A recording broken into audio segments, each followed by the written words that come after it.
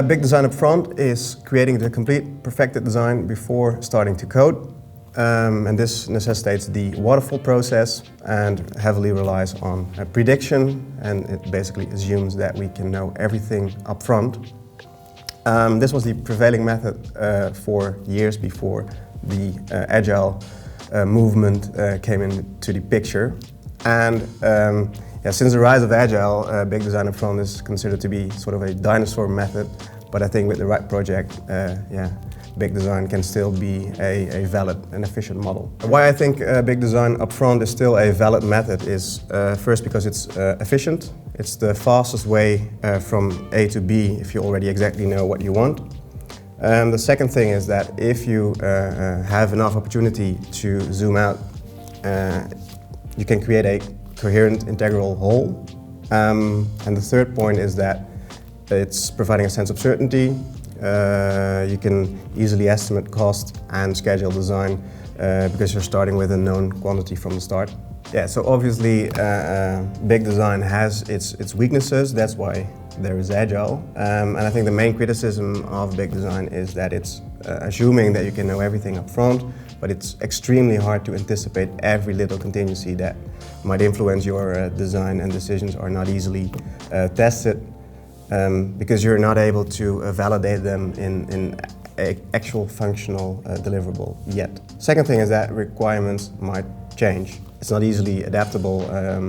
Changes in scope or pivots in purpose might occur, and this is hard to take into consideration, and you might have to swim back up the waterfall again. Yeah, and the third point is that big design doesn't take advantage of new learnings or better solutions that may arise during later stages of the process. Yeah, so emergent design is a key element of Agile software development.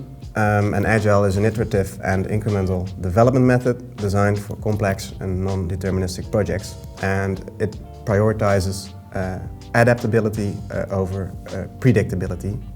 And the key point in the Agile Manifesto is, which is based on 12 principles, is Principle 11, that the best architectures and requirements and designs emerge from self-organizing teams. Yes, the key strengths of emergent design, number one is that design evolves over time, and you can take full advantage of new learnings and new insights. The second one is that design is a collaborative effort and not a solo process. So the design and development happen in parallel, which facilitates cross-team collaboration and, in this way, rapid problem solving. Third point, super valuable, is that it's focused on test and learn. So little is left to assumption or intuition. Design is only implemented if it's proven by data and if it succeeds in the real world, and uncertainty about design effectiveness is removed. Yeah, so there's this big Agile community which probably doesn't think that there are any weaknesses in their Valhalla, but of course there are weaknesses. The first thing is that Agile can be too output focused and encourage a feature factory.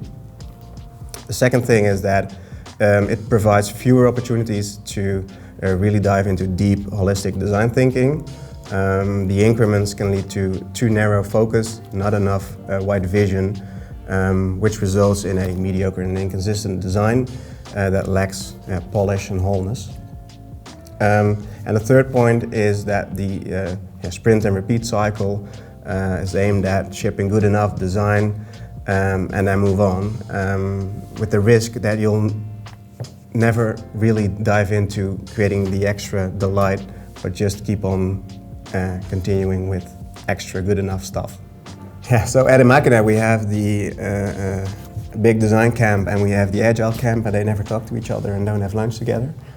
No, we think that big design and emergent design are two extreme ends of the single spectrum. And I don't believe either big design or emergent design provide the ultimate answer. So as quite often it's somewhere in between. I think the significant parts of a solution can and should always be designed upfront, because usually not every project is complex and uncertain, so complex that it must be evolved from scratch, and most are not. So at Emakina we are constantly tailoring our approach based on the idea of just enough design up front, also known as rough design up front. What we do is we start our projects with a 4 to 8 week discovery and design phase before moving into Agile delivery where we design and develop in sprints.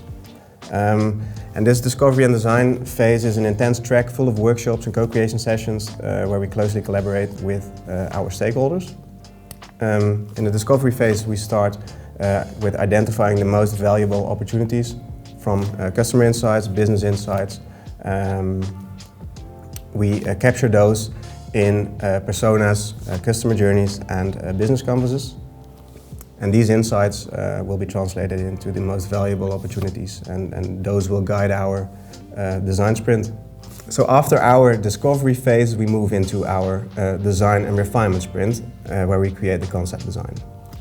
This step consists of a 1-week Google design sprint where we end with a tested prototype.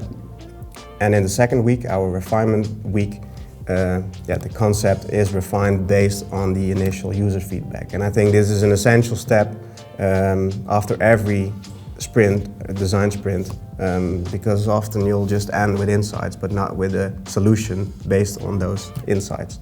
So after this full phase, the finished concept informs our Agile delivery sprints where we design and develop all the details. And to conclude, I think there is no single ultimate approach, a one-size-fits-all.